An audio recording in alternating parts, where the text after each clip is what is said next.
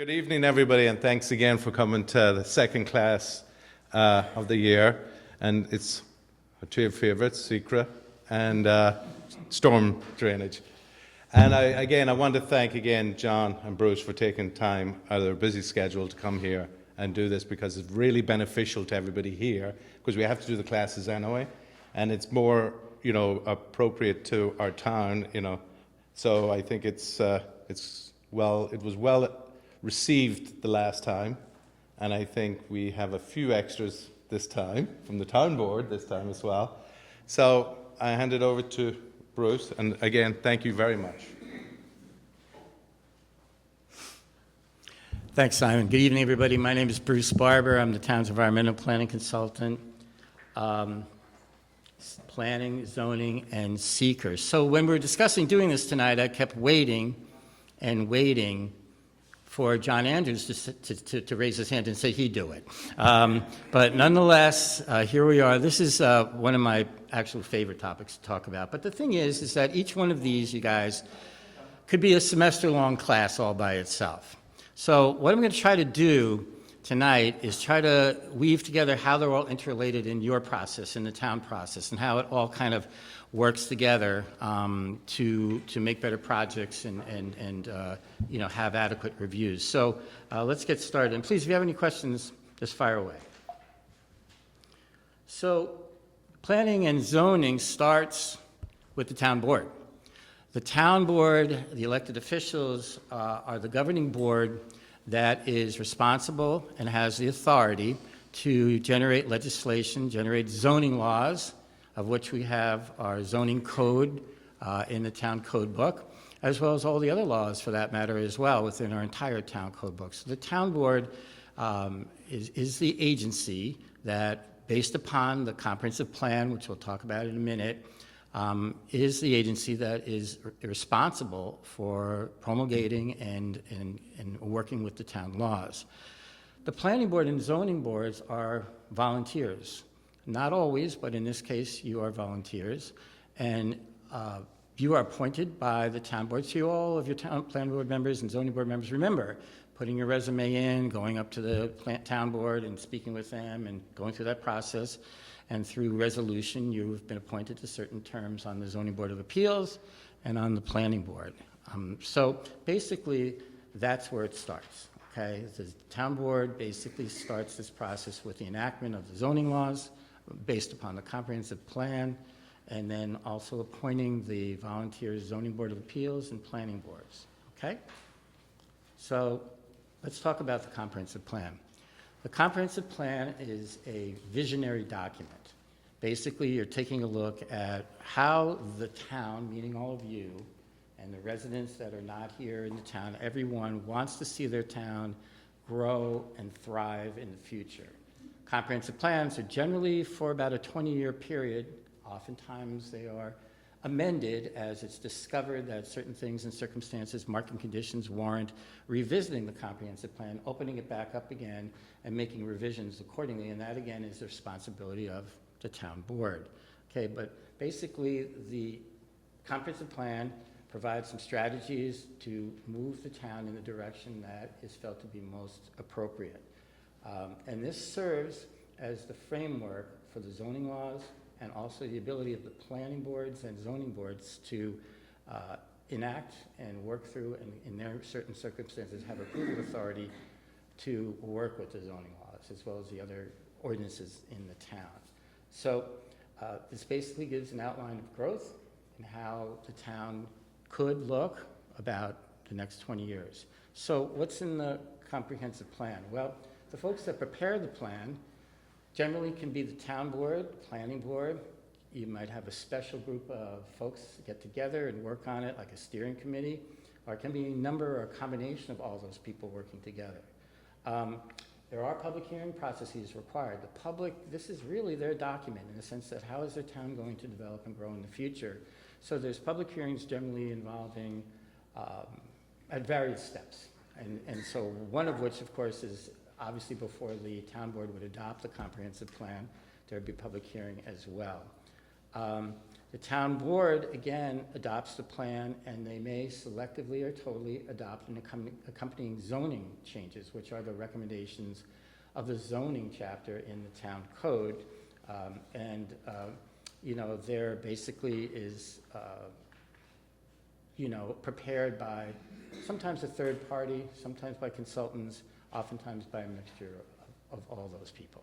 Okay, so the comprehensive plan is a guiding document that is going to allow you to see how the town you'd like it to grow, and also provides the baseline for enacting zoning laws and other laws throughout the town. So what does the comprehensive plan look to do? Well, it looks at a variety of things. So it takes a look at how the land in the town is currently being used, what kinds of regulations are in the town, are the regulations where the town wants to be with land use. Do they want to change the regulations? Do they want to change, for example, housing regulations or wetlands regulations or things of that nature? Takes a look at how patterns of growth are occurring in the town, maybe up along Route 52 or in other areas of the town where we're seeing residential development. How is that occurring throughout the town, and how that might occur given the current land use? Infrastructure adequacy, Route 52, Route 311, the collector roads and arterial roads in the town, are they adequate to meet the present and future anticipated demand in the town? Economic development, oftentimes talking about how to increase economic developments sustainably, and how to ensure that there'll be good economic development, successful economic development, in hopes that also there'll be a generation of a tax base for the residents as well. Housing, again, ideally there's a mixture of housing, so that people of different income levels and different needs. Senior citizens do not need the same as a young family, does not need the same as a family with 3 children. How do you try to meet the needs of the residents with housing? And then there's taking a look at preservation, historic preservation, environmental preservation, wetlands, streams, steep slopes, trees, things of that nature. All these things are rolled into the chapter of the comprehensive plan, and a guidance of how to move forward on these topics is developed. And that is what the comprehensive plan looks like, or at least the cover, okay? It's getting a little old. It's 2008, so it's a senior citizen of a comp plan, but nonetheless, it's something which, if you read through the document, it's very well done.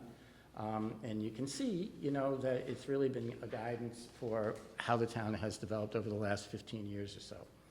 So again, getting back to it, comprehensive plan, this document is what guides the town board and gives them the ability to make zoning changes, law changes, because the concepts are embedded in the comprehensive plan. Okay? So, on to zoning. Why do we have zoning? Anybody want to take a shot at it? That's good. Thank you, zoning board chairperson. Give it a shot. Why do we have zoning? Well, all right. Sean, I'm going to build a humongous factory that's spewing smoke. It's going to be a good factory, but it's spewing smoke, and what having the smoke's going to travel right next to your house lot that I'm building next to. What do you think? Would that be okay? What are they paying taxes? Well, not enough to cover the doctor's visits. Is it in a commercial district? Maybe not. See, that's zoning. Okay, but then you have the R80s and the R40s, so you go for the acreage? Mm-hmm. Well, zoning basically was, and it actually has continued to be, a tug of war between individual property rights, like Sean's house, and collective societal rights, the good of the society in general, Sean and everybody else. And even to this date, take a look at what you're looking at. Well, what about Airbnbs? Is that a good thing? Well, some people think yes. Some people think it's my property, I should be able to do that. Some people say, you're bumming me out with all the cars and noise, et cetera, next door. So today, and even now, there's these tug of wars going on. For the longest time, you could build a factory next to Sean's house.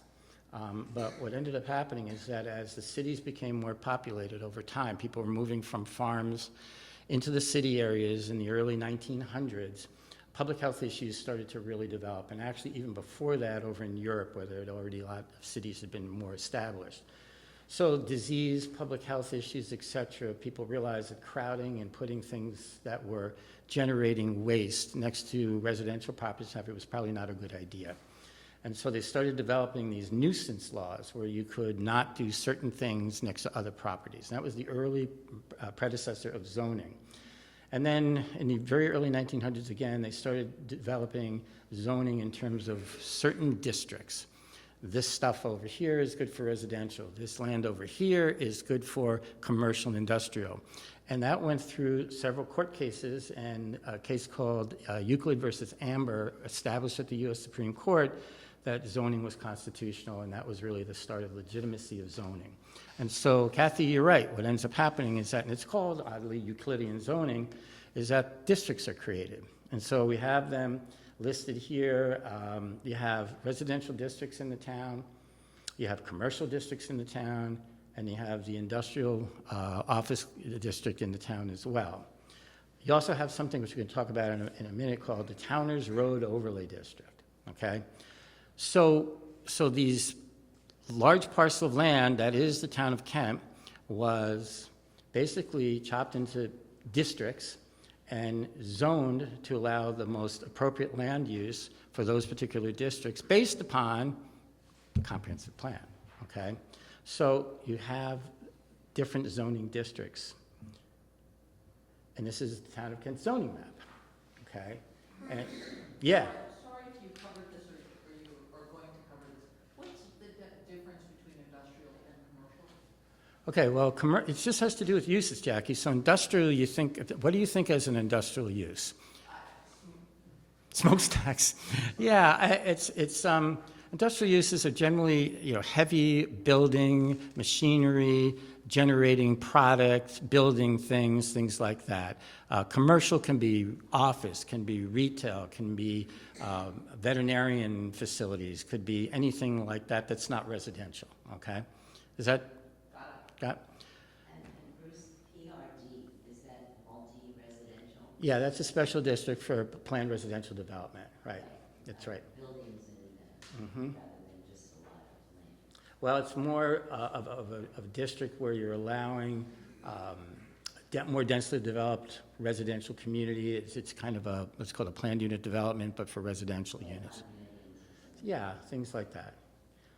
Town of Kent zoning map, you can see that there's different colors. And this is standard, no matter what town you go to in the country, the colors should be the same. Yellow should be residential, red should be commercial, et cetera, et cetera. So you look at this map and you can see where the different districts are, right? Different districts. So you have the R40, the R80, R10 is predominantly around the Lake Carmel area. And that was started because those properties were subdivided by the Smadback brothers way back in the 40s into these small 20-foot by 100-foot, let's say, lots, okay? So that's the town of Kent zoning map. And so we talk about the map, and the zoning ordinance is chapter 77 in the town of Kent Town Code. Okay, so everything you want to know about zoning ordinances are in there. And the zoning ordinance basically, as it says here, legislates the use, meaning a house versus an industrial building versus a commercial building, the density, how many, how big, how high, etc. And also, basically what the structure is going to be in terms of what's called bulk zoning, which we're going to get to in a second. Bulk zoning has to do not only with the use, right, what can be done there to use it, but also has a dimensional component to it. And we hear all the time at the planning board, yeah, they need a zoning setback variance, right? Meaning that the property is too close to one of the property, the project is too close to one of the property lines, and as a result, they have to seek a variance from the Zoning Board of Appeals, okay? So we're gonna get to that in just a second. So basically, there's allowable uses that the code says, so in a residential, you can have a house, you can have other things as well. There are accessory uses to that, so in that you could have a swimming pool or a detached garage or something accessory to the house. And then you have things called special use permits, which basically are an allowable use under certain conditions imposed by the approval authority, which generally is the planning board, with the exception of accessory apartments where special use permits are granted by the zoning board. Okay, so it's a authority to do what you'd like on that land, but there's special conditions that you must meet and must maintain in order to continue to use it in that manner. So this is what we see on plans all the time. So when John or I are asking, they didn't put a bulk zoning table, this is kind of what it looks like. And you can see that on the far column we have different uses, talks about property setbacks, property sizes. So this is a bulk zoning table of the different uses within this community, and how we determine, looking at a site plan, how you, this board and the boards determine, looking at a site plan, does the property meet zoning? In other words, does it meet the use that's prescribed in the zoning code? Does it meet the dimensional requirements prescribed in the zoning code? And if it does not, then it actually becomes the responsibility of the building inspector, who I saw here somewhere, yep, to make the determination, and that is his call to make as the zoning enforcement officer, to say it does not meet zoning and it is referred to the zoning board of appeals. So the planning board would say it does not appear to meet zoning, you have to meet with the building inspector, and it's actually Mr. Walter's responsibility to make that determination and refer them to the zoning board if necessary, okay? So one of the things that the zoning board is asked to do is an interpretation. Try as we might, the English language definitions sometimes are very, very nebulous. What might mean something to me might mean something entirely different to you. And so the most common thing the zoning board asks for is, what do they mean by this? What does this word mean, or what does this limitation mean? And you're not asking for a variance, you're not asking for a dimensional variance, you're asking for an interpretation, okay? And so these are some of the common areas of interpretation that the board, zoning board would make, okay? So how you measure, and this is something that I think probably Bill sees a lot, because there's a height restriction on buildings in certain zoning districts, and how you measure that is an important feature in terms of how the grade is and whether or not you have basements and if that's living space and above grade and all that kinds of things. And so how the property is measured is also something that the zoning board looks at as well. So, you know, basically these other items in here that's listed, the ordinary meaning of terms, and also, you know, just decisions, past decisions. The zoning board will oftentimes look to past decisions that were made on similar projects and see if they move them forward and if they're applicable in this case, okay? So the ZBA, at the bottom line for an interpretation, has to come to consensus as to what the term means in the zoning code and provide that direction to the applicant. That can be done as a separate application to the zoning board. It can be done concurrently with the planning board's review. It's a little different than making a determination for a variance, which we'll talk to in just a second. I'm just going to put these on so I can see a little bit better. Okay. So there's two types of variances. There's a use variance. The zoning code says I can put a house here and I'd like to put a horse stables. And so that's not a use that's allowed in that zone. The town board is not so inclined to change the zoning on that one particular lot to allow horse stables. So the applicant can go to the zoning board of appeals and ask for a use variance. Extremely hard to get, and I'll show you in just a second. The second type is called an area variance. This is the one that we see all the time, where either the property size is too small based upon current zoning, or the proposal is too close to the road, or too close to the side yards, or the building, they're adding another story and it's above what was considered compliant with the zoning. The area variances are what's commonly seen by the zoning board. So the use variance test, as I said, is very difficult to get because the applicant must prove these 4 items. And the first one might be the most difficult, and Gordon, correct me if I'm wrong on this, but there can't be any reasonable return on the property. In other words, unless this use is changed to what the applicant is looking to do, The property has no economic value at all, which is extremely difficult to prove, especially in land values and situations that we have here at this time. But also, if they get past that, they must find that there's extraordinary and unique circumstances that sets them apart from other properties. There's no self-created hardship. That's another difficult one. You know, I bought this property and now I want you to change it. Well, you created your own hardship. It can't be done that way. And then also, it's got to fit in with the neighborhood character. So the use variance is extremely difficult to obtain from the Zoning Board of Appeals. Area variances are more common. Going back on that one, Yep. what could possibly pass those 4 tests? I think that if you have a situation where somebody has a piece of property and it's been owned for a long period of time, and zoning has changed several times since that, and yet now you want to develop something, you have not created the hardship yourself in changing zoning, and towns will change zoning oftentimes or periodically, and because you want to do something there, there's no potential for you to get any return on the property because you can't build what you have there. So sometimes that's the case. It's a very rare circumstance. It's a very hard thing to do, though, Jackie. Area variances, this is 5 tests. 5 tests that has to be looked at by the zoning board, that the variance is not going to affect or change the character of the neighborhood. Alternatives are not requiring a variance, so the zoning board oftentimes will say, hey, can you move the building a little bit, get it back into the setback requirements and not require a variance. And the planning board does that too, oftentimes in site plan review. Substantiality means that, you know, I have a 50-foot setback that's required for me, but I'm going to put my house a foot away from the road. Pretty substantial variance, okay? If they can put it 49 feet away from the road and only need a 1-foot variance, maybe that's a little more reasonable, okay? The effect on the physical environmental conditions, we're going to get a variance, but we want to dig out that entire back hillside to make this work for us, because that's where we want to put our structure, our garage, whatever. And then, you know, is it a self-created variance, a self-created situation where you did this and you bought the house and you knew about it and now you've created your own hardship. Okay, so area variances are, again, much more common than what the zoning board sees.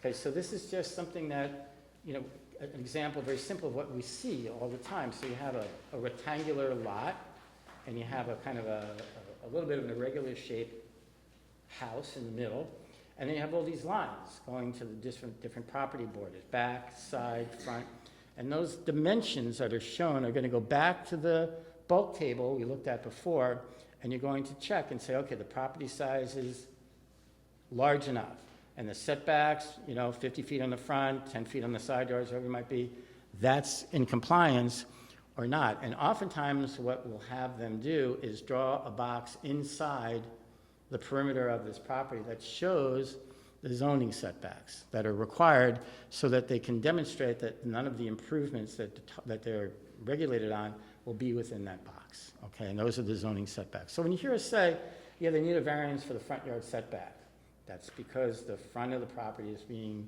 planned to be too close to the front yard pursuant to the zoning.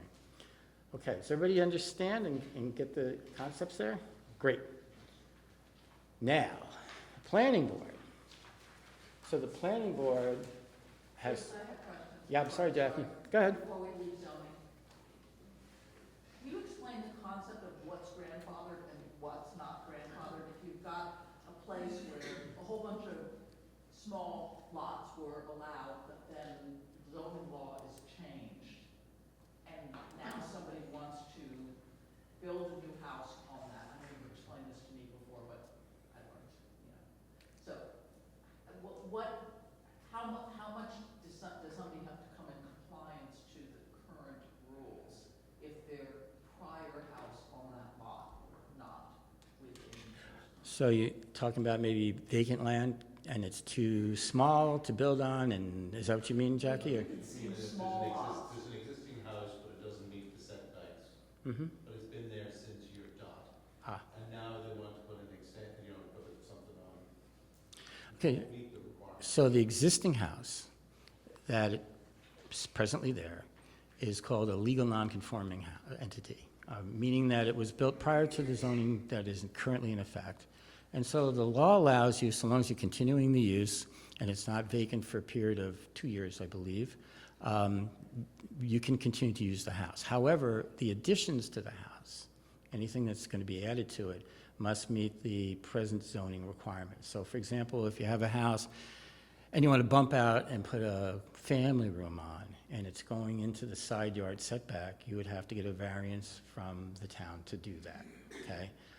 So if you don't do, and even to the extent, Jackie, if you decide to tear the house down, let's say it's an old dilapidated house, you want to tear it down, put a new one on, you can do that and build the same house on the same footprint. Basically, you're looking at the same thing within a couple of years period, and you can continue to do that. But when you start to do additions outside of that original structure and what's called increasing the nonconformity, that's when you get involved with the Zoning Board of So Appeals. that's when you see the houses that are cantilevered and stuff because they're maintaining the same footprint and then, okay.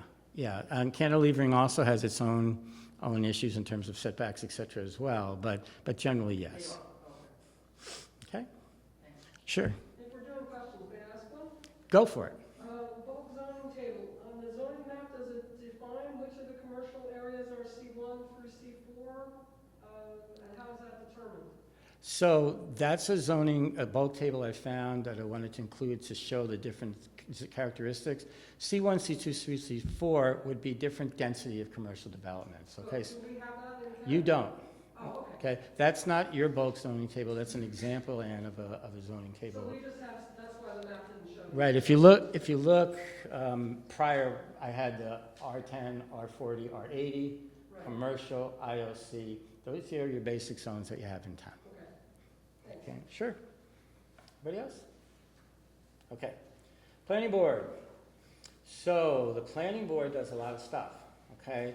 They advise the town governing boards involving subdivision and site plan and other regulations, zoning changes, comprehensive plans, and other types of studies. Very recently, the town finished, as you all know, the natural resource inventory. There were several members of the planning board involved in the committee that worked on that, as well as town board members, as well as conservation commission and zoning board members, all working as a team together. So that's a very common thing that planning boards do in terms of trying to shape different aspects of the town. So the most often elements that the planning board sees, and this should be nothing new to you folks on the board, is subdivisions or lot line adjustments, site plans, special use permits, wetland permits, steep slope and erosion control permits, which my friend Mr. Andrews is going to talk about in a bit, and permits to resolve violations. These are the kinds of things, this is kind of the bread and butter that we see all the time with the planning board. So with the subdivisions, that's a separate chapter in the town code, it's chapter 66A, and it entails the cutting up or separation of a piece of land, an individual piece of land, into one or more lots, okay? And the town classifies a minor subdivision as lots that are 3 or less that are created, and major as 3 or more. There is an interesting thing in the town code in creating new lots where you have to have a square within the new lot that is 50 feet on the side that is potentially going to house the house and the septic system and what have you. Putnam County Department of Health is very involved in subdivisions and for approving septics and wells. And Putnam County needs to get a referral on the subdivisions, what's called a 239M referral. So this is something we see very frequently in the town in terms of subdivision. And basically, what happens with subdivision is that the first step is that a concept plan is devised. Concept plan is a general idea with enough specific information to give the board an idea of what's happening on this property. So you have certain requirements in terms of topography and other elements as well. And then basically, the board has the opportunity to provide input at the concept plan meeting. A revised lot line is different than a subdivision in that you are cutting up a piece of land but not creating any new lots. So if you have two lots where somebody owns two lots adjoining each other and they want to move a line over on one side or another, not creating any new lots but just changing the location of the lot lines, that is a lot line adjustment. So there's a difference between a lot line adjustment and a subdivision. Once you get through concept plan approval, you go through a planning board process to get preliminary approval. That's when the real nuts and bolts happens in terms of subdivision review. Topography, access, septic systems, trees, layout of the subdivision, roads, drainage, all of those things come into play. And at that time, the planning board can then, after public hearing, grant preliminary approval, at which time there will still be some conditions and questions that remain. They go into final approval and final plat approval, at which time those questions are generally resolved, and the plat, they have a public hearing, or they may have a public hearing for that, and then the plat is filed with the county. So this is something that the board has seen in the past over on Livingstonville Road. You can see that there's a large parcel, and right through kind of the middle of it, there's a squiggly red line, and what they're trying to do is the property at the bottom has an existing residence on it, and they are trying to subdivide the piece of land at the top into a separate second lot for a future house location, okay? So the board saw this back in the spring. It's currently under review, okay? Just want to spend a brief, Jackie, what's up? So let's imagine we have a 100-acre lot somewhere in Kent, and somebody wants to. Oh, excuse me, Jackie, I think we're asking for you to have a microphone. Am I asking the wrong question? No, no. You're being taped. Go. Thanks. So let's imagine you have a 100-acre lot somewhere in Kent. Okay. Right? And there's a road frontage requirement.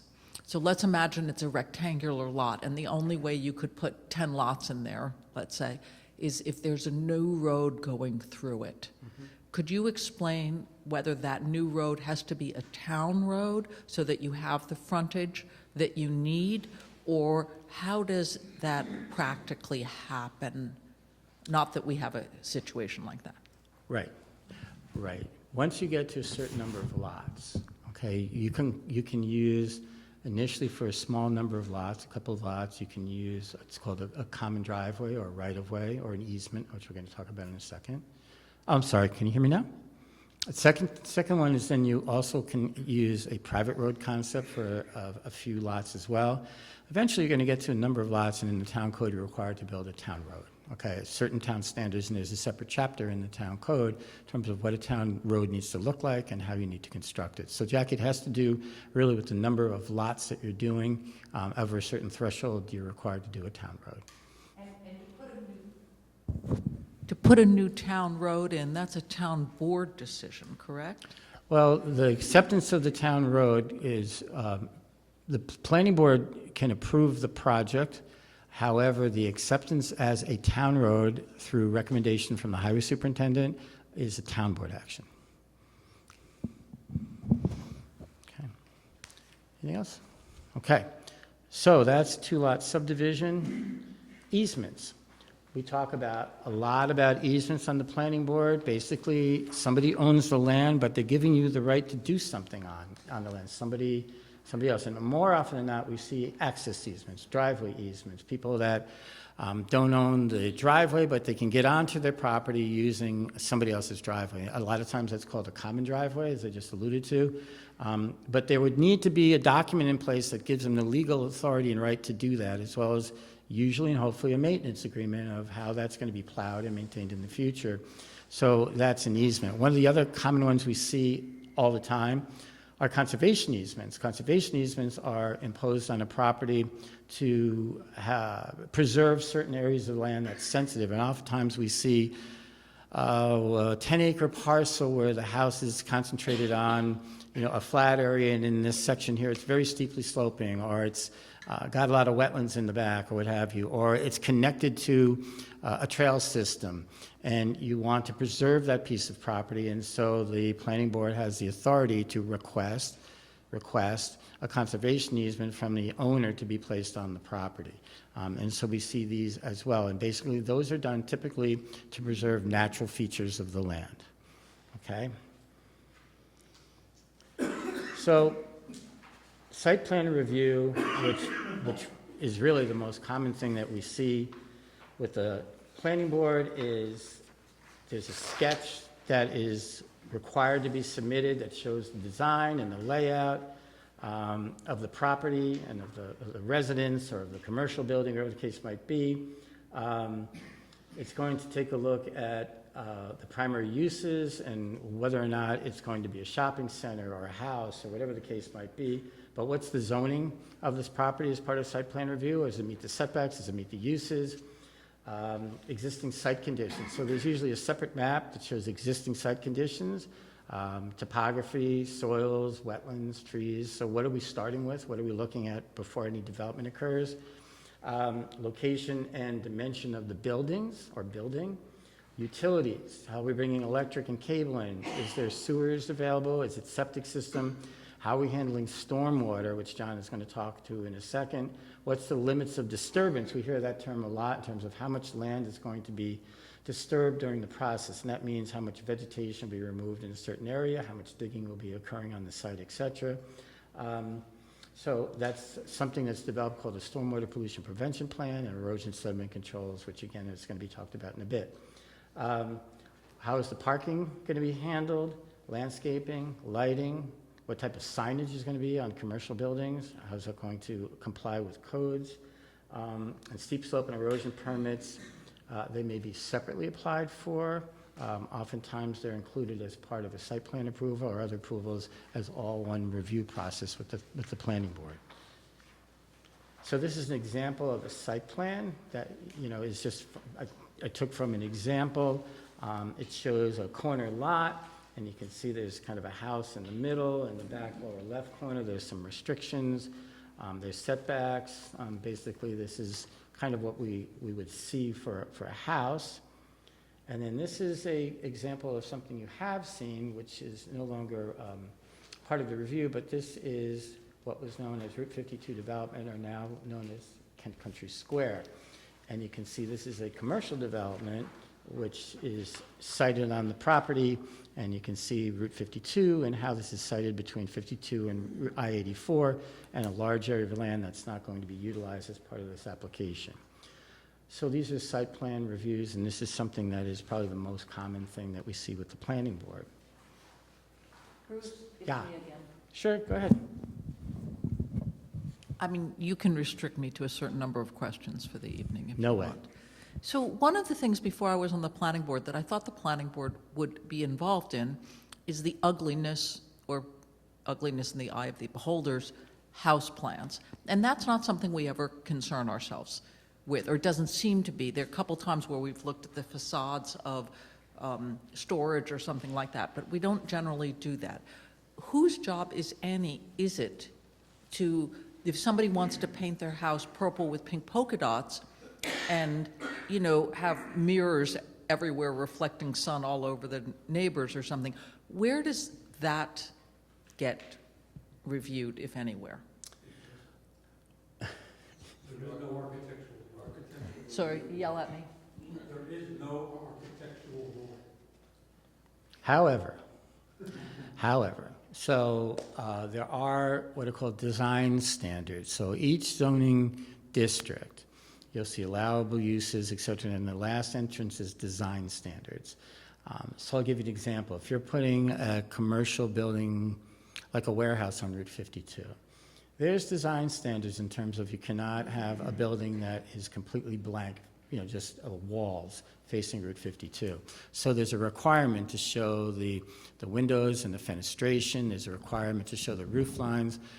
Basically, almost every planning board project, the applicant is asked to at least show the floor plan, give you an idea of how it's laid out inside for bedroom counts and septic systems and things like that, because septic systems are designed in accordance with bedrooms for residences. But also the elevations, what this looks like in terms of just general elevations. And the planning board has the authority to enforce the design standards that are in the code. Okay, however, there is not, some towns do, as Bill is saying, have referrals to architectural review boards. That's not something that this town does.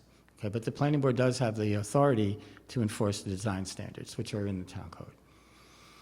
Sure. Okay. Special use permits. Again, this is something that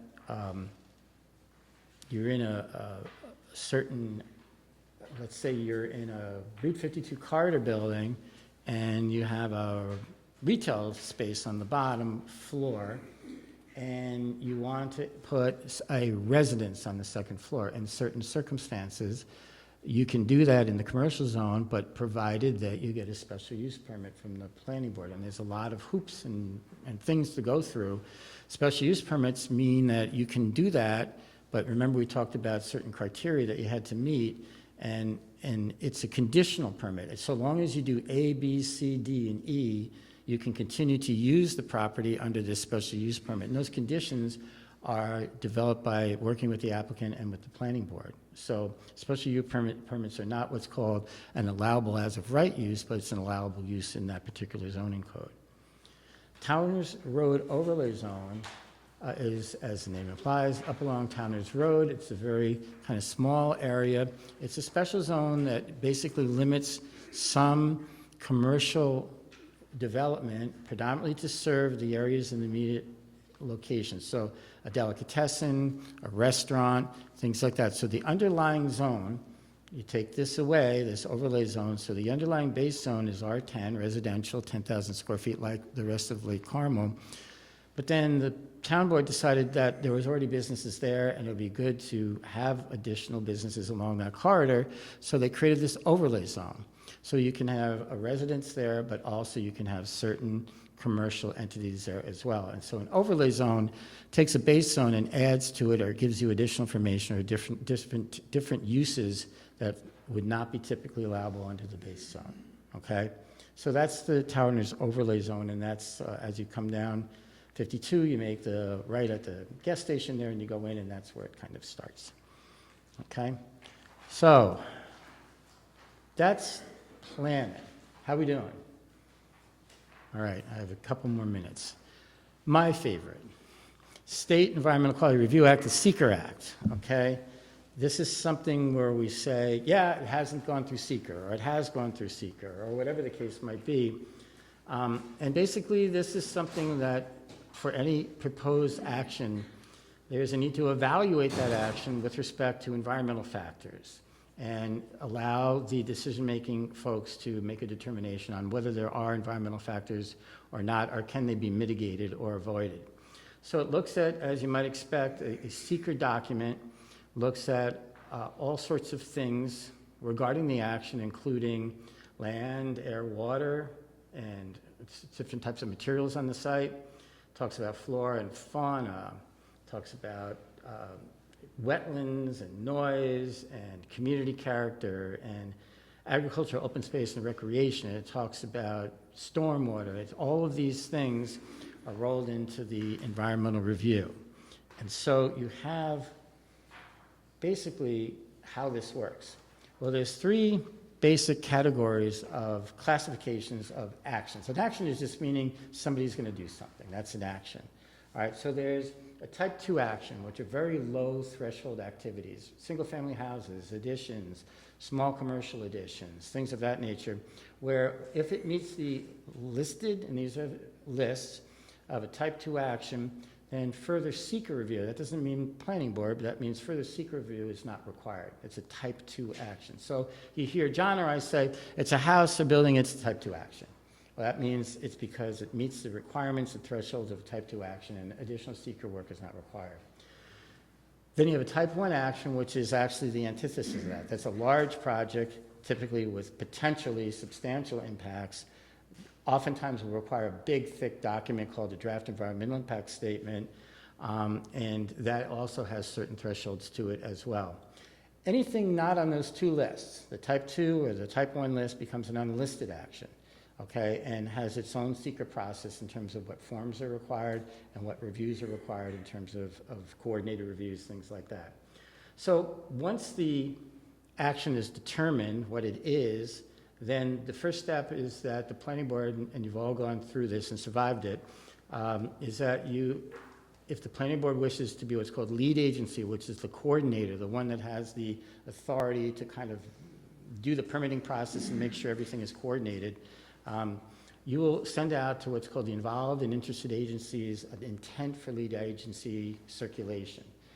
The involved agencies are people that are permitting authorities that could protest the planning board from being lead agency.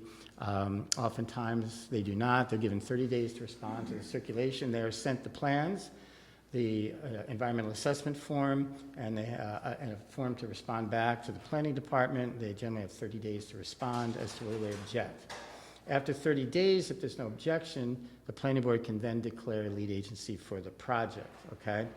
So the forms that are sent, there's a Part 1 EAF, or what's called Environmental Assessment Form, and that can be either a short or long form, which we're going to look at in a minute, and then there's Parts 2 and 3, okay? So we're going to look at those. Next, parts of secret. Once the Part 1 of the EAF is obtained and reviewed, and the lead agency develops a Part 2 EAF, that is the document that the planning board works on to identify are there any moderate to major impacts, or are there just small or no impacts associated with the project, okay? If there are large or moderate to impacts, then this next step is the planning board has an opportunity to either indicate that there's a positive declaration, meaning that, gee whiz, this is going to have a large impact potentially, we want you to take some additional steps. Those additional steps are what's called a scoping document. We're identifying what additional steps and what information is needed on the moderate to large impact or impacts. There's a development of a draft environmental impact statement. The scoping is generally has a public hearing. Draft environmental impact statement is submitted to the lead agency. That lead agency then reviews it for completeness, has a public hearing, is more involved. The applicant will then develop a final environmental impact statement, public hearing, that's closed out, and then a finding statement is developed. The alternative to all of that is at the time that the planning board, if they identify moderate to major impacts, can say, listen, we just want some additional information to kind of see if indeed they're moderate to large impacts, or give you an opportunity to respond and mitigate or change the project, and that would be development of a Part 3 long-form EAF. So there's this kind of fork in the road that you can reach based upon the desire of the board. And then basically, Part 3s, are in essence, as I said, scoping sessions, draft and final impacts and findings. That's an EIS.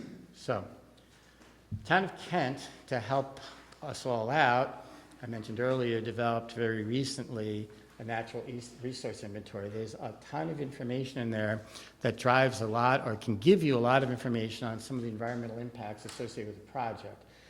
It is not site-specific, meaning that it's not going to say, yes, the wetlands are or are not on that site, but it gives you a really good idea of where the wetlands probably are in general to the property that you're looking at and you're reviewing.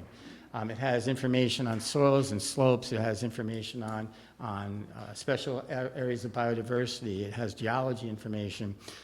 It's online.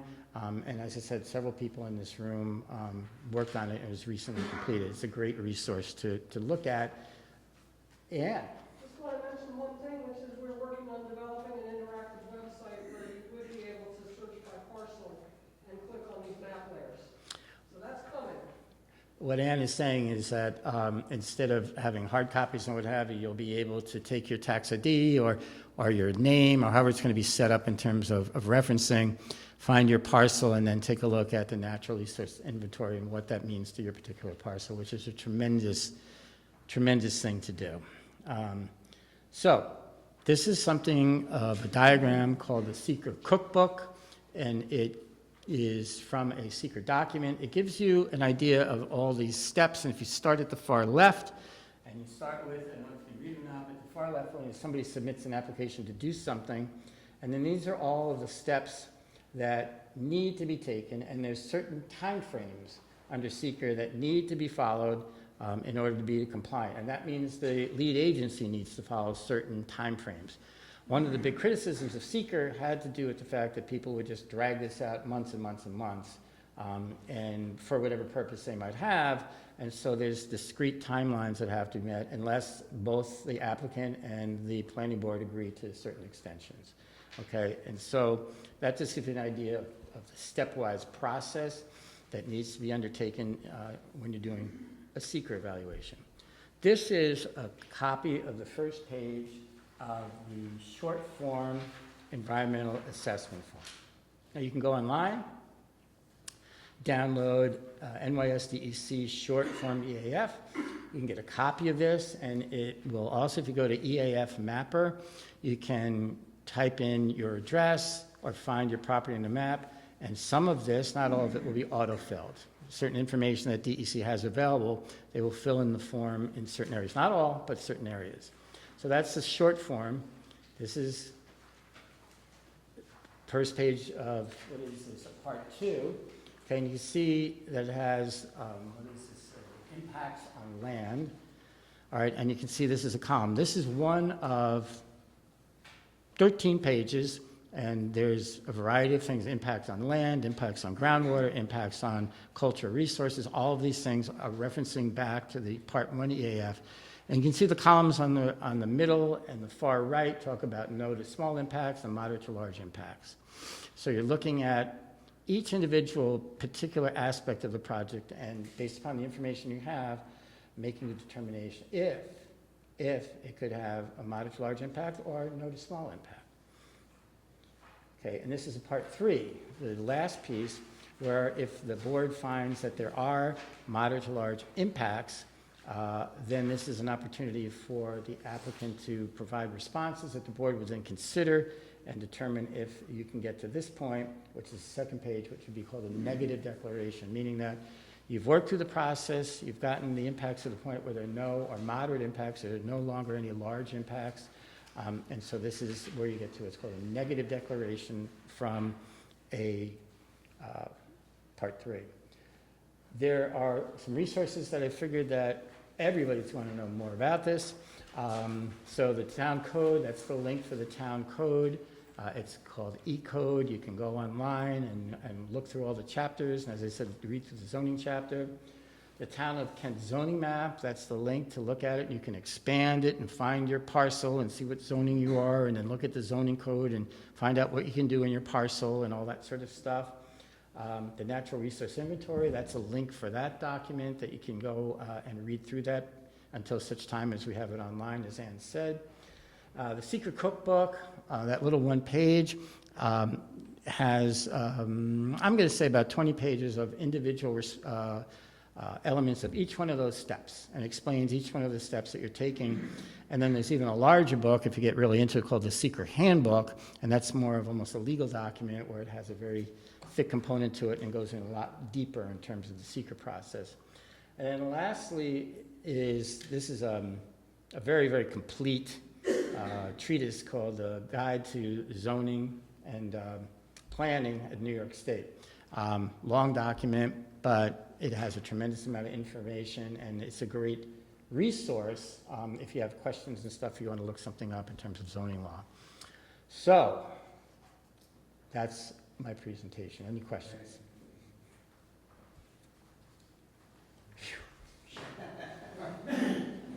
Maybe. No questions? Okay. John, you're up. Did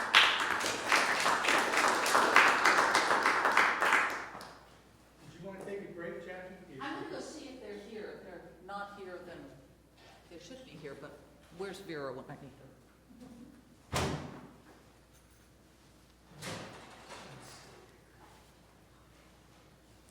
I don't need this, so can I just close this? Yeah.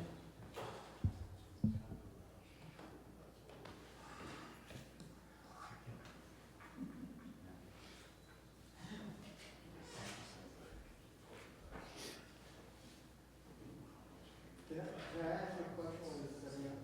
Yeah, The town overlay, is that a rare occurrence? I mean, or- No, it's not that rare. There's overlays. All right, so a lot of times overlays are done for environmental purposes as well. So for example, you'll have an aquifer protection overlay. Very common in towns that have well water, where they want to make sure that the supply and quality of the well water is maintained over time. So they'll identify the aquifers in the town, and then they will have protections overlaying those, that there's certain additional things that you need to do, or can't do for that matter, within that overlay zone. So that's an example. So there's a lot of different types of overlays where they're using the base zoning, keeping that in place, but adding some additional elements to it. So they're not that uncommon at all. And if there's a commercial overlay in a basic residential area, Mhm. is that brought by the person that is wanting to set up a commercial enterprise, or is it brought, I mean, how does that? So again, getting back to what we talked about, when the zoning was being considered in a comprehensive plan, the idea was that that corridor that is stretching along Towners there already was a mixed bag of commercial, residential, a lot of different things. And, you know, surrounding community pretty much is Lake Carmel residential. And the idea was that there are people using those stores, there's viable elements in those stores, and yet, you know, there's still a lot of residential components. And so it made good sense to say, listen, we'll keep it all residential so that people that are there or people that want to build a house there, that's fine. But also it provides a valuable service to folks that want to do local shopping in those stores, and a convenience and certainly a little bit of a tax base. So but they can't be, you know, anything other than kind of local, almost mom and pop types of stores. So it's very limited delicatessens, restaurants, offices, things like that, which is prudent because you don't want these, talk about nuisance laws way back when, you don't want these elements next to residential property that doesn't fit like industrial buildings and things like that. So it was a prudent thing to do. It sounds like a delicate enterprise. Well, you know, it's something that we see pretty frequently on the planning board, and we work with Mr. Walters to take a look at the requirements and what people are doing and stuff. A lot of the ones over there also, well, some of them are pre-existing non-conforming in terms of what they're doing and what presently is the requirements and whether or not they can expand and things like that. So we see a lot of that in that district. But I think it's a prudent district in terms of what would have been already there and how to continue that use and use common sense. Okay? Anything else? All right. Thanks. Good job.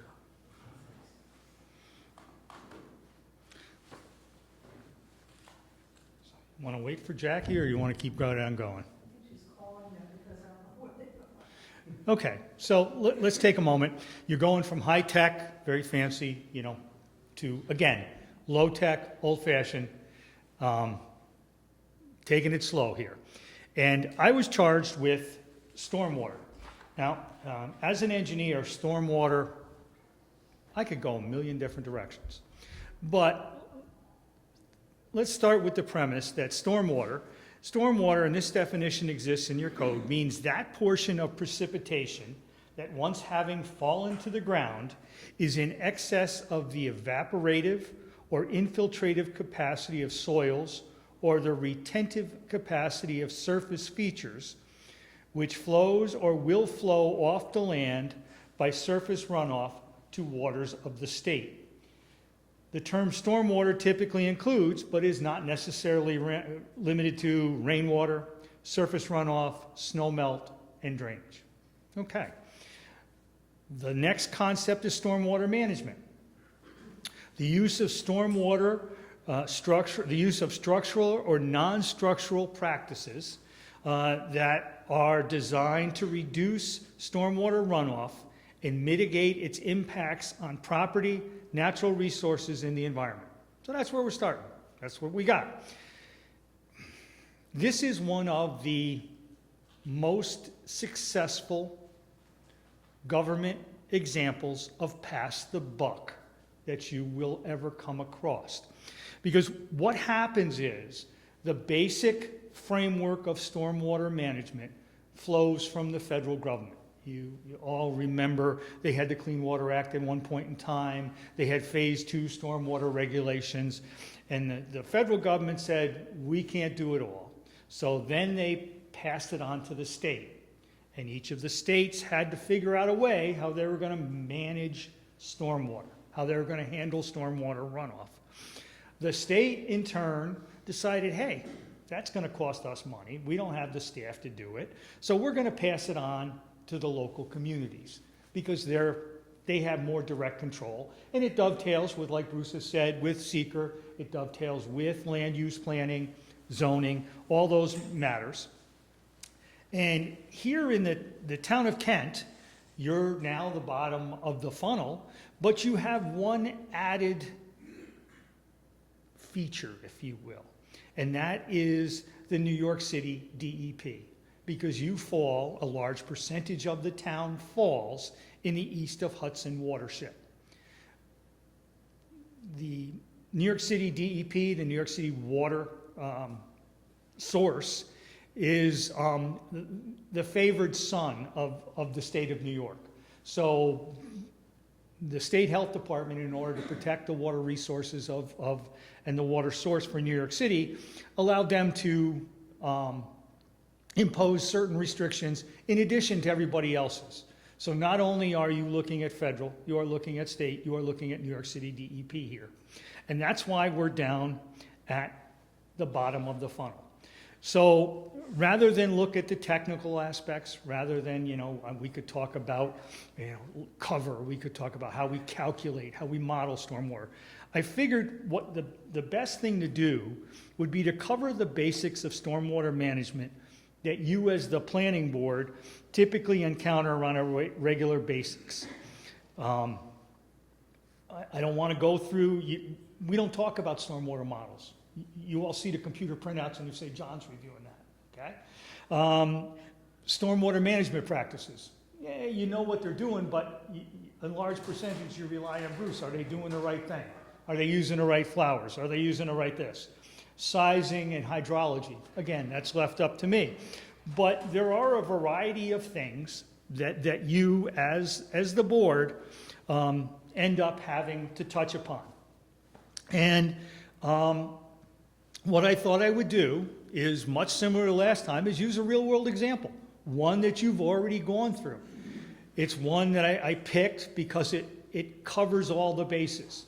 And so now we kind of got to go back and we got to look at the Pass the Buck program.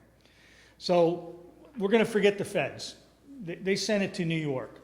And when New York decided that they needed to manage stormwater runoff and the impacts on the state of New York, they came up with a series of what they call general permits. So in other words, they are a series of outlines, and think of them as cookbook items, that if you check the boxes, pass go, you get coverage and you're in compliance. So the first one that they introduced was called the Speedy's General Permit for Stormwater Discharges from Municipal Separate Storm Sewer Systems. You've heard us say it MS4. The town of Kent is in MS4. It is basically a local land use control, and so you have certain obligations. And I'm going to tell you, interestingly enough, that the current stormwater program coordinator for MS4 for the town of Kent is Bruce. I don't know why I'm doing stormwater then, but. And the second key person is the stormwater management officer, who's duly appointed by the town board, and that happens to be your building inspector, Mr. Bill Walters. I have a little bit of a technical piece in that I am the authorized signatory by the town board on your MS4 acceptances, which we'll explain later.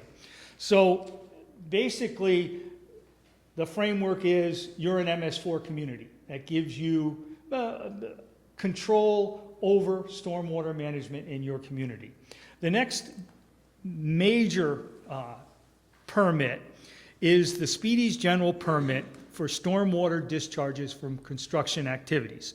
You'll hear Bruce and I will talk about it. It's permit number GP 020001. It was effective back in January of 2020. It runs through January 28 of 2025. There is a new permit in the works. There is new everything in the works. And as New York State does, they give you notice, and once January 28, 2025 comes, you gotta follow the new permit. Not substantively different, but enough. They just recently issued a new MS4 permit that is substantively different and puts a lot of requirements and onus on the town. In other words, you pick up more responsibility for monitoring the day-to-day elements. Means more work for Mr. Walters, as he will tell you. It means more work for Bruce. And the other high party involved is your highway superintendent. He has a lot of work that he has to do. Now, there's a couple key features in compliance with these permits. The first one is New York State issued a stormwater management design manual, effective date of 2015. That is tied to the current permit. When we get our new permit in 2025, they have a new manual, 2024 version. It's a little bit more complicated, but they're basically the same. But everybody, if somebody wanted to design today, for instance, to 2024 standards, they could. But if you wanted to design to the 2020 standards, you could as well. So there are a couple other, there's another permit which we don't typically see here in the town, and that's the New York State DEC multi-sector general permit for stormwater discharges associated with industrial activities. For instance, if you may recall Kent Materials, when they did their deal, they had to get a multi-sector permit. Jackie, your pizza is here. And then, the next question is, where does DEP fall? Well, the general permits have a rather specific set of requirements, and because you fall in the DEC watershed, there's an additional requirement. Not only do you have to manage erosion and sediment control, stormwater runoff, quality, etc., because of DEP, you also have to watch out for phosphorus. That changes certain design standards, but it also reduces some of the thresholds. So for instance, most of my work is in Dutchess County. Anything under an acre we don't get too excited about because we don't have to do a SWIP, stormwater pollution prevention plan. We don't have to do anything like that. But here in the town of Kent, that's the 5,000 square foot number that you're all faced with, because that's the DEC requirement, because it all relates to protecting at a higher level drinking water sources. Jackie, did you want a break for that now? Whatever you all want. It's here, it's not gonna get warmer. So I can stop right here because that's where it's a convenient break point. So we've already decided that this is an exercise in pass the buck, and that the buck actually stops with the planning board. And the basic thing here, there are two chapters in the town code that relate directly to the stormwater. The first is chapter 39, which is freshwater wetlands. We all understand that. Bruce talked about wetlands last time. But the most important one is chapter 66. And chapter 66 of your town code is entitled Steep Slope Protection and Stormwater Management. So it covers both. And this is kind of like the catch-all. This is the 5,000 square feet. This is where we are. So ordinarily, you encounter this in a series of applications. Most of the time, we got a single-family home who wants to disturb greater than 5,000 square feet, either for an addition or a new build, or they're doing a renovation, they need to replace their septic system.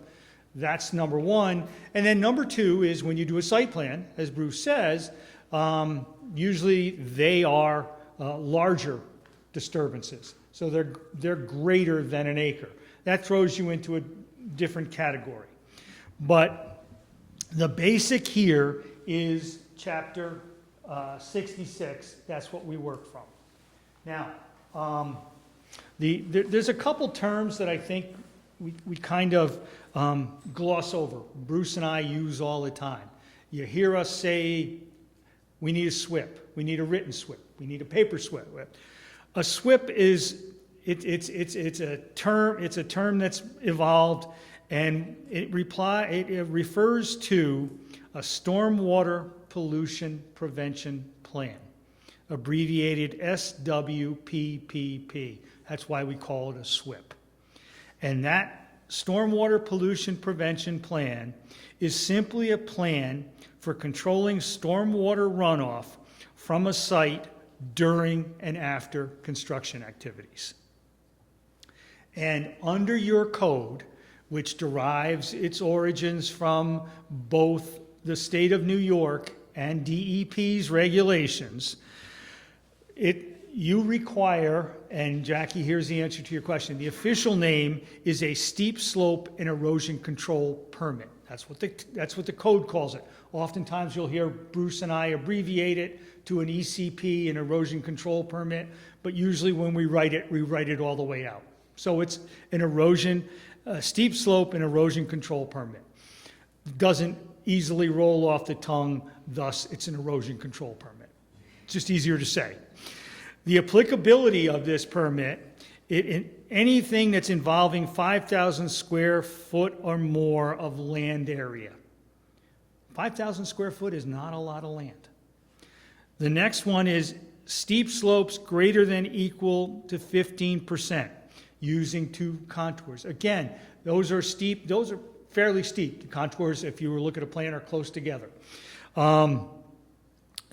The other ones involve fill and 100 cubic yards of fill, and I forget what the last one is off the top of my head, but needless to say, most of the time, that's what we get involved in.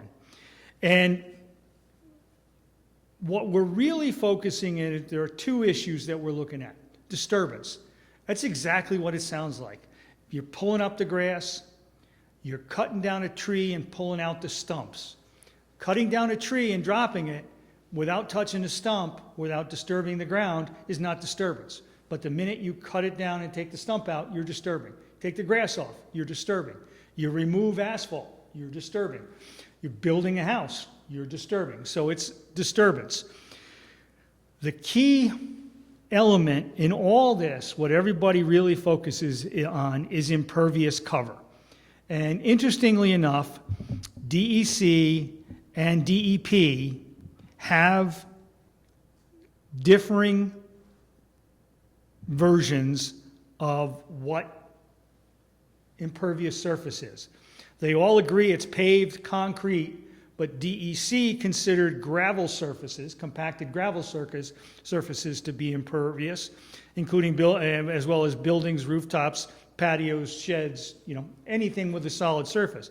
DEP does not include within their definition of impervious surface dirt, crushed stone, or gravel surfaces. So there's a slight discrepancy there. Bruce and I typically err on the side of DEC because it's a little bit more conservative and consider crushed stone or gravel surfaces, if you will, as impervious. Interestingly enough, we have the debate every time we turn around, what are millings? No one uses that phrase in any of their definitions, but it seems to be generally agreed upon by all of the agencies that millings are to be considered impervious. Because if you think what the millings are, they are ground up asphalt. It hasn't been stripped of its binders. It is gravel, but there is still residual material in there. If you were to compact it and heat it up in the summertime, it essentially partially reconstitutes itself, and you end up with almost an asphalt surface. Some people will say not quite, there's still void. Yeah, I agree with you.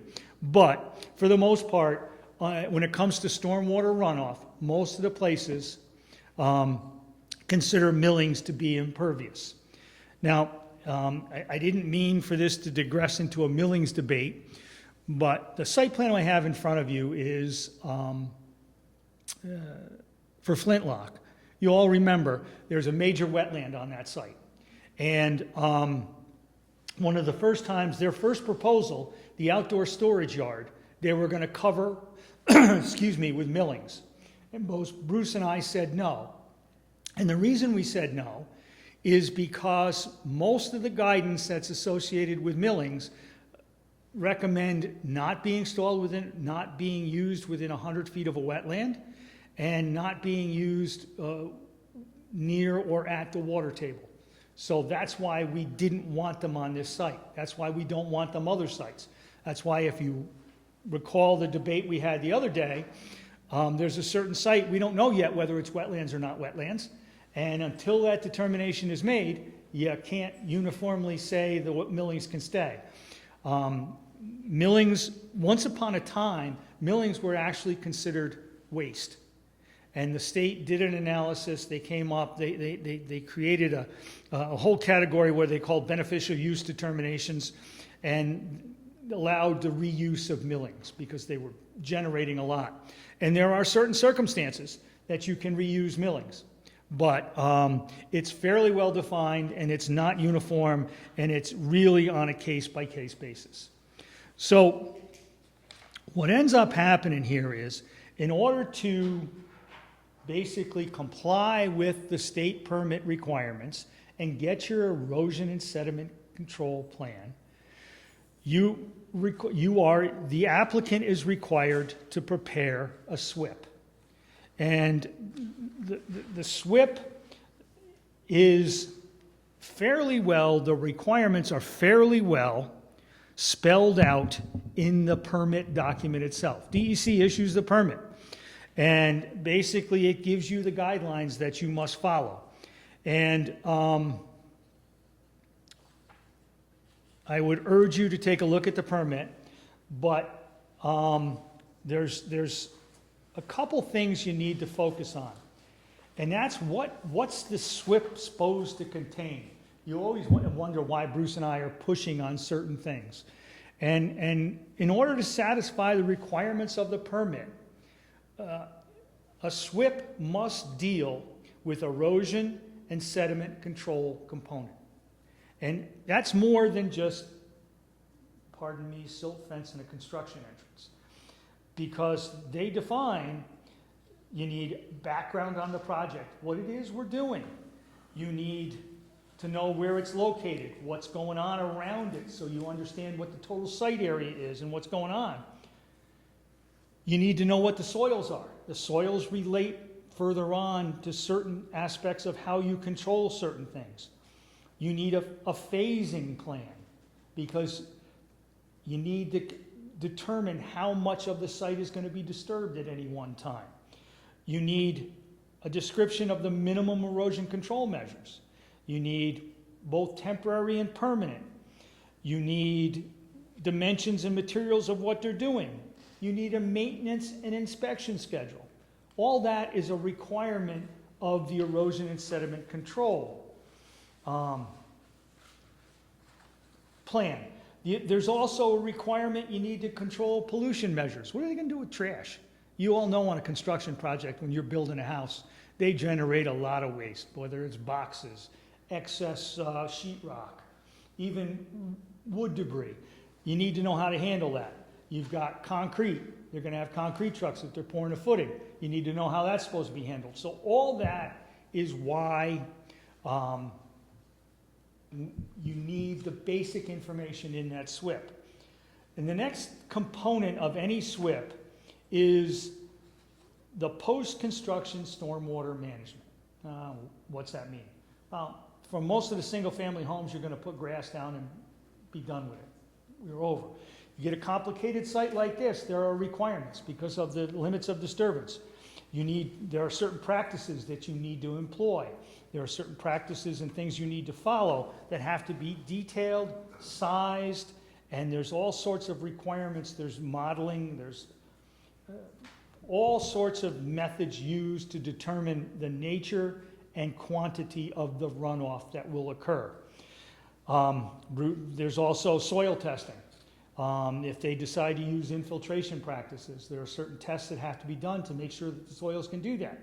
To make sure that there's the proper separations between the improvements and the groundwater table, for instance. One of the things in the new MS4 permit is, in the past, you used to rely upon the applicant and their engineer to do that stuff and report it to you. Well, the state ended up finding out that not everybody was so trustworthy. So now they put the onus on the town, either the stormwater management officer or somebody appointed, either Bruce or myself, that we have to be there when they're doing these tests to make sure they're being done accordingly and to make sure that they are properly incorporated. So it's a series of checks and balances. And then because of where you are, you're going to need to deal with the enhanced phosphorus removal standards. Kind of sounds pretty onerous, but the way the state has done things and the way they pick certain of their features, if you use the right feature and you employ it in their way, you're guaranteed their results. So they say, I'm sure Bruce will tell you as a soil scientist that ain't necessarily so, but it's what they tell you. So if you do it our way, you pass go, you collect $200. So that's why we're continually pushing people to give us the information that they that is required to satisfy a SWIP. And then you'll hear a bunch of words, and I'm not going to spend a lot of time going through them, but you'll hear Bruce and I.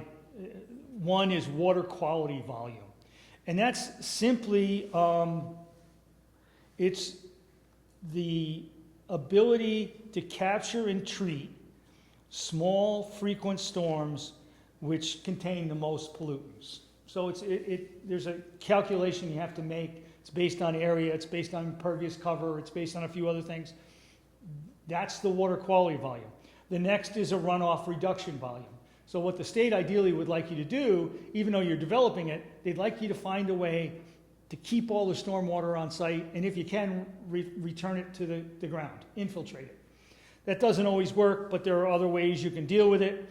And then what we found over time, and you see it after some of the major storms here in town, you get overbank floods. You see the local streams. You get a heavy storm, you'll see them erode, and all of a sudden everything's in their next door neighbor's yard. You get an extreme storm, which is the 100-year storm.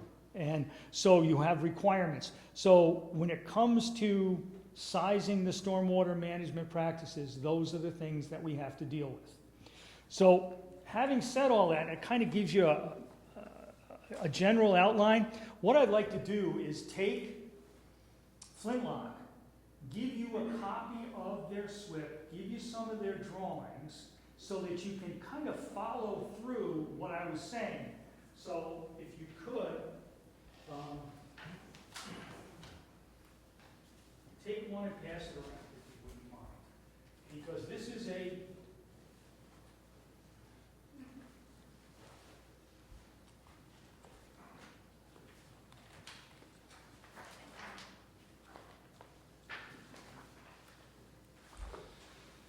okay, where did you put the one with your notes on?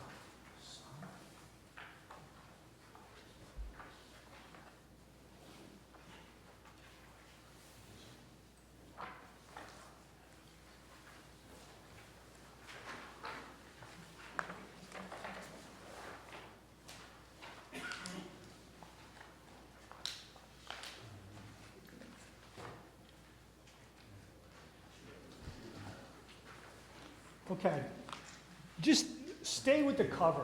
I don't want this to be like a grade school exercise, but I want to give you a kind of a sense of what Bruce and I have to do to make sure everything works.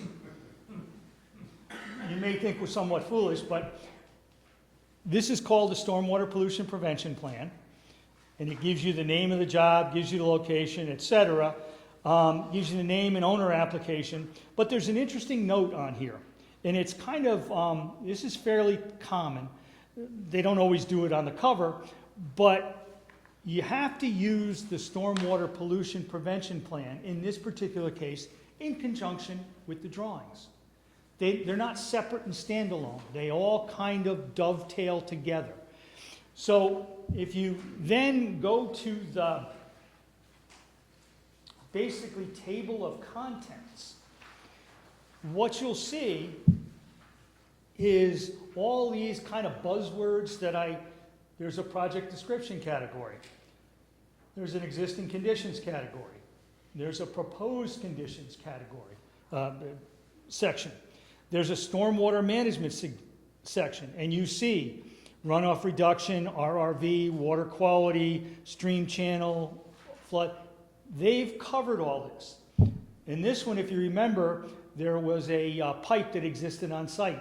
So they had to analyze that pipe to make sure it could still work. There's erosion and sediment control. In this case, it's broken down to temporary and permanent. And then there's an implementation, maintenance and general housekeeping, plus all the appendices.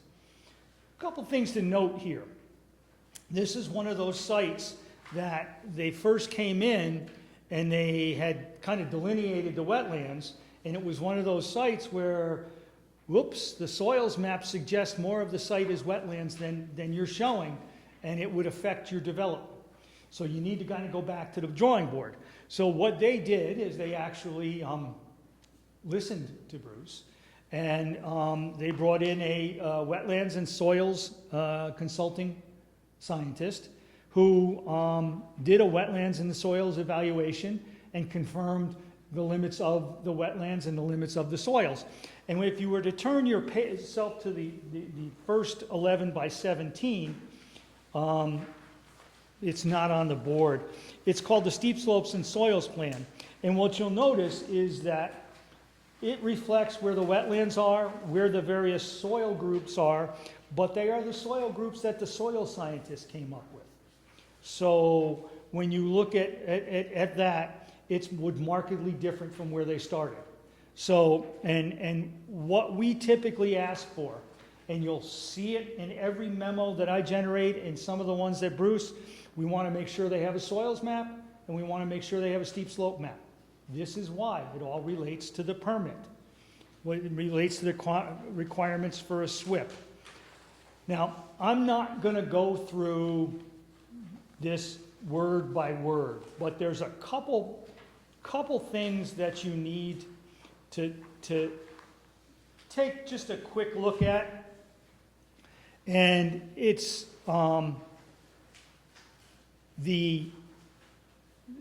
everybody does them differently. Insight sometimes does a pretty credible job of putting them in these documents. And the thing to do is look at the tables. It's, first of all, what are they trying to satisfy? Well, they're trying to satisfy Chapter 66, and they're trying to obtain coverage under the Speedies permit. So in other words, you got to check all the cookbook answers and get your coverage. They have a series of approvals that they need to get. That's fairly common on every one. And as you go through this, there's a table on actually page 4, which is a summary of water quality and runoff reduction volumes. They are targets that the permit requires you to hit. They are targets that are defined in the stormwater design manual. And they show that they meet or comply with them. The same on the next page.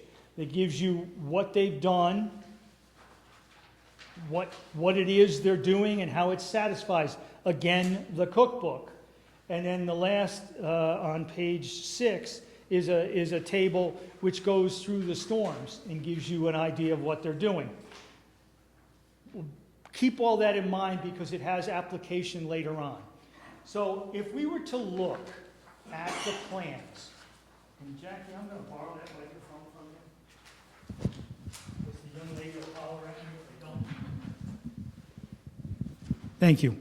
So if you look at this plan, it's called the Grading, Drainage, and Utilities Plan. There's some things that are need to draw kind of like your attention to. You're all familiar with what this was. This was a storage facility. We've got pavement in through here, we've got buildings, and we've got a storage area in the back here. So they did a series, in order to comply with the requirements, they decided to implement a series of steps. Step number one is all the buildings have an impervious roof. What they decided to do is use stormwater planters on each of the buildings, sized to accommodate the runoff from the building. The runoff is directed into those planters, it gets treated, and then it gets discharged. Those stormwater planters and collecting that is kind of like a method to address thermal as well as some of the phosphorus aspects of this. The next item I'm going to skip to the bottom is a series of grass swales. What they've done is they've kind of ringed what was the wetland area with a series of grass swales which run off from the parking areas that doesn't go to the planters, runs to these swales first. They have in this case, they have a filter strip so that the gravel area runs to a filter strip, gets cleaned up a little bit, and then goes into the ditch. So these swales, again, have a water quality aspect to them. They have a water control aspect to them. And then the last thing is they have a stormwater basin. And that basin has two components. There's like a forebay over here, the settling, where all this water kind of goes in there, kind of settles, and then goes into the next basin. And then ultimately, it's got an outlet to the wetlands.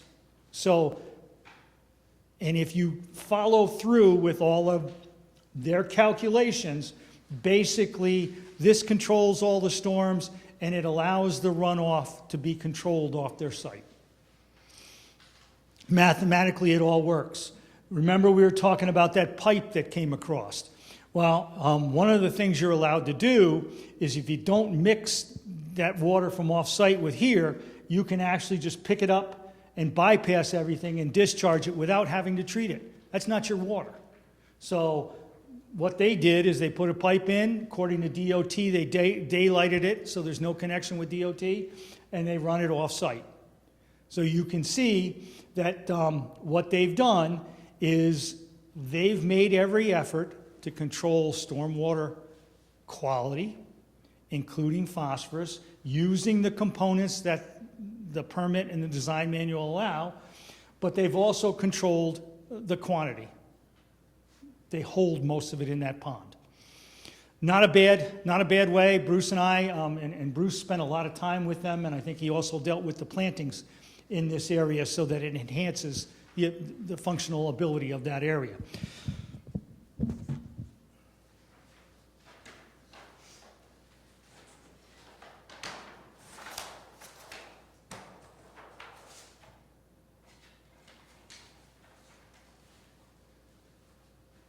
So in this one here, this is their erosion and sediment control plan. This is basically the temporary and permanent measures. And it has a maintenance schedule, has a series of notes that relate to the SWIP, has some other notes, has a sequence of construction. One of the important things, and you always hear Bruce and I ask for, how are you going to do this? And what steps are you going to follow? And how long is it going to take? That's what this does, so that somebody has an idea. Because one of the things is once they get everything in place before they actually start construction, you're supposed to let Bill know so that he can go out there and make sure they've got their erosion and sediment control in. And in this case, they've got their standard construction entrance, they've got a proposed concrete washout, they have a topsoil storage area, though Bruce and I think we're kind of the conclusion there isn't much topsoil out there. And then they have a series of silt fence placement that's necessary to protect the off-site wetlands. And they've done a pretty credible job of doing that. And when you look at this and take it together with the written SWIP, that covers the stormwater management plan for this site. Now, what's the next step? So we're kind of satisfied, but they have to obtain coverage from the state of New York under the permit. I'm going to hand this out. You'll hear Bruce and I, again, say this a lot. Looking for an NOI. An NOI is a fancy name for a notice of intent. What you have here is they've prepared an old-style notice of intent. The new notices of intent are filed electronically. They come with a different format, but basically, they all contain the same information. So this is basically a notice document to the state of New York that says, hey, we're going to undertake this land disturbance at this location. Here's all the specifics. And if you were to look carefully and go through this line by line, you'll find a spot where all the information that's in that written SWIP that relates to runoff, water quality volume, it all gets sent to the state. And the state maintains it. And so one of the things that Bruce and I always try to do is make sure what's in that written SWIP matches what's on the ENOI. And I just want to give you that because that's their notice to the state. So you're satisfied, they notice the state. One of the other things you'll hear us ask for a lot of times, in fact, all the times,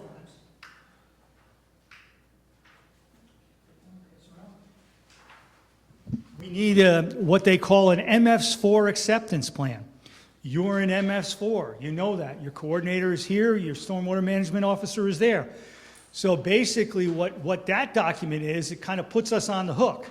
It tells the state, yes, we reviewed the SWIP, yes, the SWIP is complete, yes, everything is as it should be, and please accept their NOI. And what ends up happening is, if everybody did everything right, 5 days after it's filed, they're presumed to be covered under the permit. And you'll notice we oftentimes get back, the state has become a little lax, but we get back an acknowledgement of an NOI. And it gives them a permit number, and it gives them the effective date. So that's why, so we know they're properly covered. And and once they're covered, they can proceed with their project. You go through the project, and your code is fairly specific that you require a bond. In this case, we required, I think, 3, Bruce? Or 4? 4, because... 3. And those bonds last until the end of construction, and in some cases up to 2 years after. But what you need to know is, when is the project officially done? And again, the state is putting the onus on you to tell us when the project is done. So oftentimes you'll see an owner will come in and say, hey, I'm done. And Bruce and I will say, well, where's your notice of termination? What? Notice of termination, which I'm handing around, is the final piece of paperwork. You know how they tell you it's not over till the large lady sings? Well, the permit coverage is not over until this NOT is filed. That NOT gets partially filled out by the owner, his engineer, and then it comes to the town. And once we inspect, if we agree, we sign off, and it gets filed with the state, and the permit is done. And then you still have the bond to go through. But if you were to read your code, a lot of the time frames are tied to when this NOT gets filed. And, you know, I hate to be sticklers, but for instance, you know these folks have submitted, they just made a submission now answering all my questions. They're hoping to get this signed. We don't issue our MS4 acceptance until 2 things happen. 1, we've got final plans and everything is satisfied and they're ready to be signed by the chairman. And 2, all the bonds are in place and accepted by the town board. Then we'll give them the MS4 acceptance because that allows them to file their NOI. If we let them file it ahead of time, the process has kind of gotten away from us and we've lost some leverage. But that's why we're kind of sticklers on all this stuff. And, you know, you can see, basically, as I started saying, this is an exercise in pass the buck. And the states kind of covered themselves by saying, here's our permit framework. If you can fit underneath that framework and show us, you're good. But town, you got to make sure that not only did they do that right, your MS4 acceptance and review of all your stormwater plans, once they build it, you got to make sure that they build it right, and told us that. So the first person they come after, believe it or not, is not the landowner, would be the town. So that's why we kind of hold these things kind of important, and that's why you hear Bruce and I hammering on them. We don't accept some people will say, well, my SWIP is my drawings. Okay, we've done that, but there's certain elements, as long as they're on a drawing can stand alone. Some of these single-family homes, if you did the right job, you could do your SWIP all on a set of plans. You wouldn't need the written plan. Some engineers do a fairly good job of that. But for the most part, Bruce and I are looking for a written SWIP with complementary plans so that we know where everything's going. Now, I could spend another 8 hours on talking about the required elements, talking about, the various features. How do we calculate an RRV? How do we calculate a WQ? You folks don't need to know that. What you basically need to understand is the process, and my goal was to try to give you kind of the why. Because sometimes when Bruce and I ask for something, you can see the applicant's getting a little cross-eyed.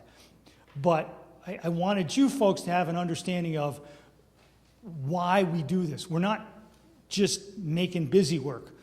We have an obligation to satisfy the requirements of these various folks. I didn't even enter the DEP realm because they kind of behave off onto themselves. But in the final analysis, they come back to you too.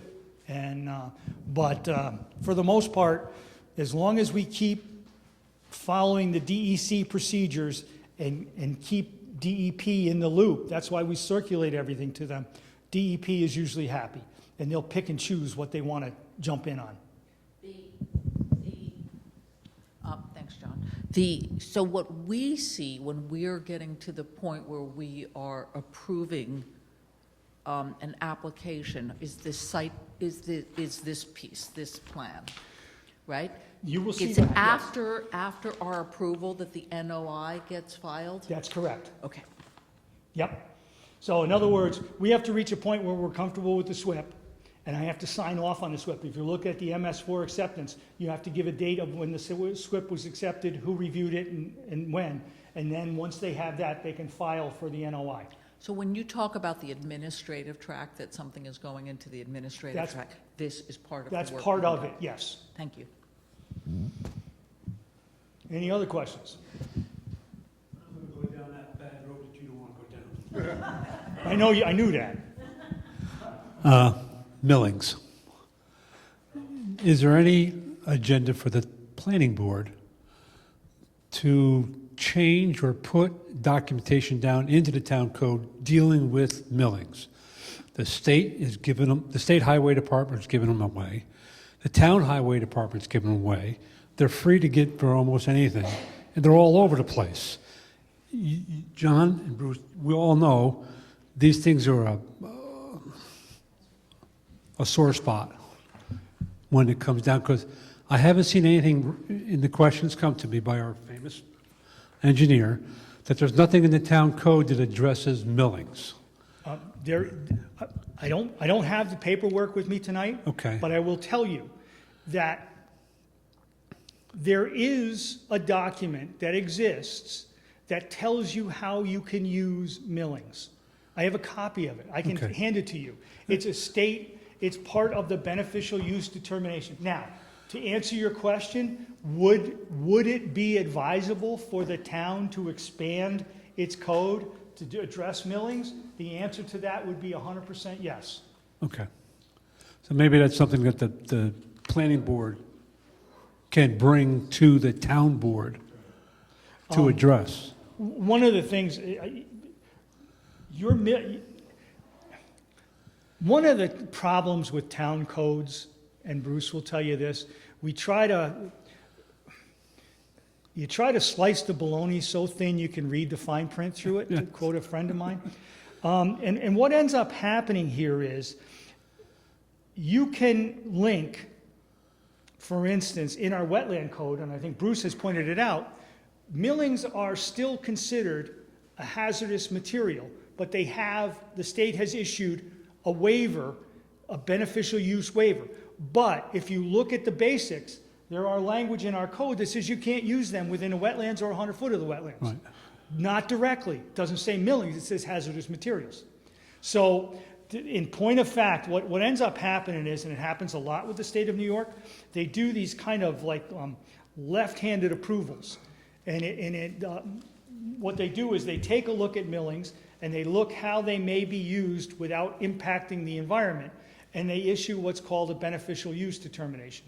So they give you categories. For instance, you can use them, but you have to use them underneath a roadbed. You're allowed in certain circumstances to use them as a light-duty road. Right. But you can't be within a wetlands in this town or within 100 foot because they're considered impervious by DEP. And so there's no direct language, Bill. It's an all. I've seen some of the documentation, and it conflicts with each one. I guess the codes used to write for an intent, what the intent of the code was. And with the legalese that we're now faced with, everybody takes apart. We don't look at what the intent of the code is. We look at what the word is. And we tear it apart word by word, and we want a definition for each word. We've forgotten what the intent is. And I'm just saying that maybe we can come up with something, let the planning board bring it to the town board so we can address it, so the word can be addressed, because nobody cares about the intent anymore. And it's driving us, the guys who are doing the code enforcement, the plan reviews and stuff like that, because, oh, it's millings. It's got to be good. State highway gave it to me. Well, the town highway gave it to me. It's got to be good. They wouldn't give it to me if it wasn't. It's hard. It's a rock. It's not going anywhere.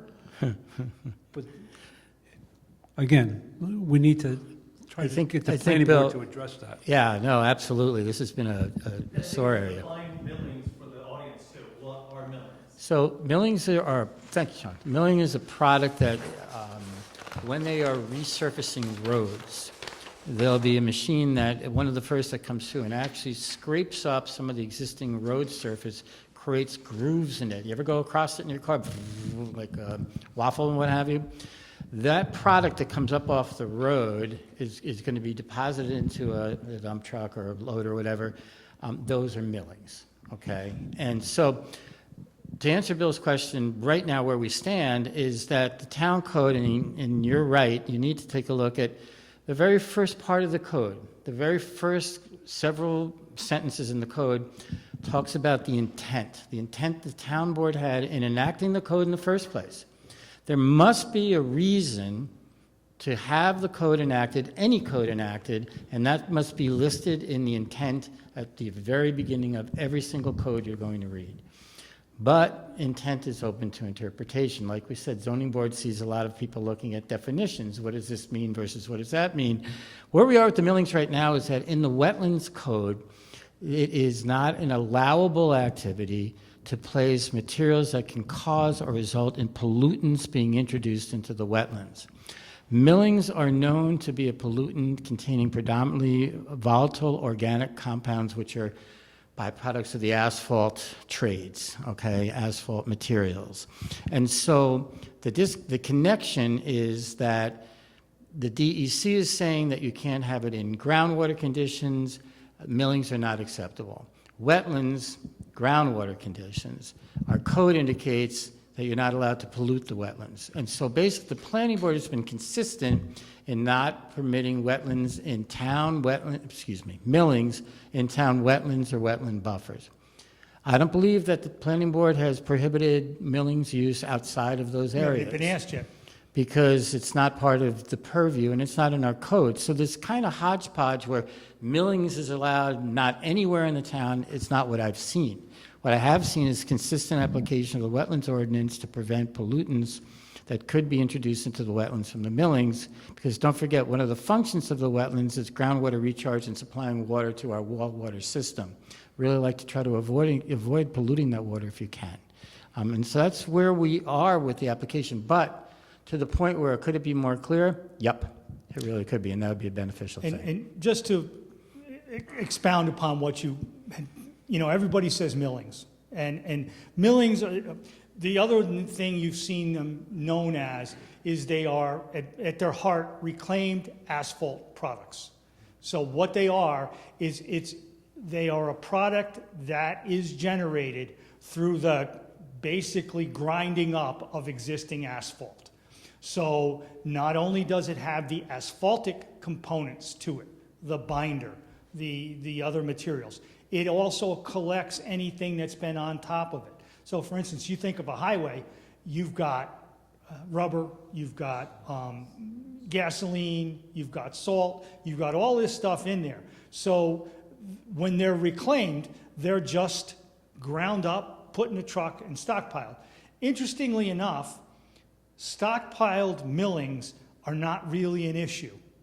It's when they start being spread and compacted and rolled, particularly when they're in contact with groundwater or near wetlands, that they start to become an issue. So that's why DEC did their beneficial use determination, because they generated a whole ton of them. If you remember, a couple years ago, it was a mill and pave project. And, you know, and everybody was calling up and saying, where do I dump my millings? And Joe Homeowner was saying, hey, I've always wanted a parking lot over there. Put them there. And, you know, a lot of cases, no harm, no foul. But in other cases, you know, the next logical place is, oh, I want to fill in that swamp next to my house. You know, it's no big deal. I just put the millings there. That's what ended up happening. So to Bill's point, even though for a technical guy like myself, I could build a pretty good case you can't use them, he's right. If somebody wants to basically parse words, it starts to become a gray, murky area. And to Bruce's point, if we want to be more specific, we might as well do that. And, you know, not just millings, but reclaimed asphalt products in general. And then come up with how we want to do that. Yeah. The other thing you have to remember is that the code in Chapter 66 says that you can bring up to 100 cubic yards of material or disturb 5,000 square feet unless you're on steep slopes, 15% or greater, in which it's 2,000 square foot threshold, and then you would need, as John's been talking about, an erosion sediment control permit. So there's limitations, but it has much to do with the wetlands and the pollutant potential, and that's identified in our code. The planning board's been very consistent about that. One other thing I want to say about stormwater in terms of all this phosphorus really quickly is one of the reasons we're really vigilant on stormwater, and we're required to under the DEC MS4 permits to look at phosphorus and DEP, is that phosphorus is known as the pollutant of concern to our water bodies in the town of Kent, actually virtually in the entire New York State. Getting phosphorus into the lakes of the town is literally like adding fertilizer to your lawn, making the grass grow. The phosphorus makes the aquatic vegetation and those things called harmful algal blooms, HAB or HABs. So if we're trying sequentially in each project, taking a look at how can we reduce phosphorus, how can we make sure that we're compliant, the idea behind it is to kind of cut that phosphorus off at the tap, what's called external loading to the lake, reducing the phosphorus getting into the lake, hopefully improving the water quality, and that equates into reducing harmful algal blooms, meaning the beach closures aren't as frequently, meaning the lakes look better and enjoyable more from a recreational perspective. All those things come into play in addition to being compliant with all the DEC requirements, okay? So that's why folks do what you do, okay? All right, sorry, I'll sit down.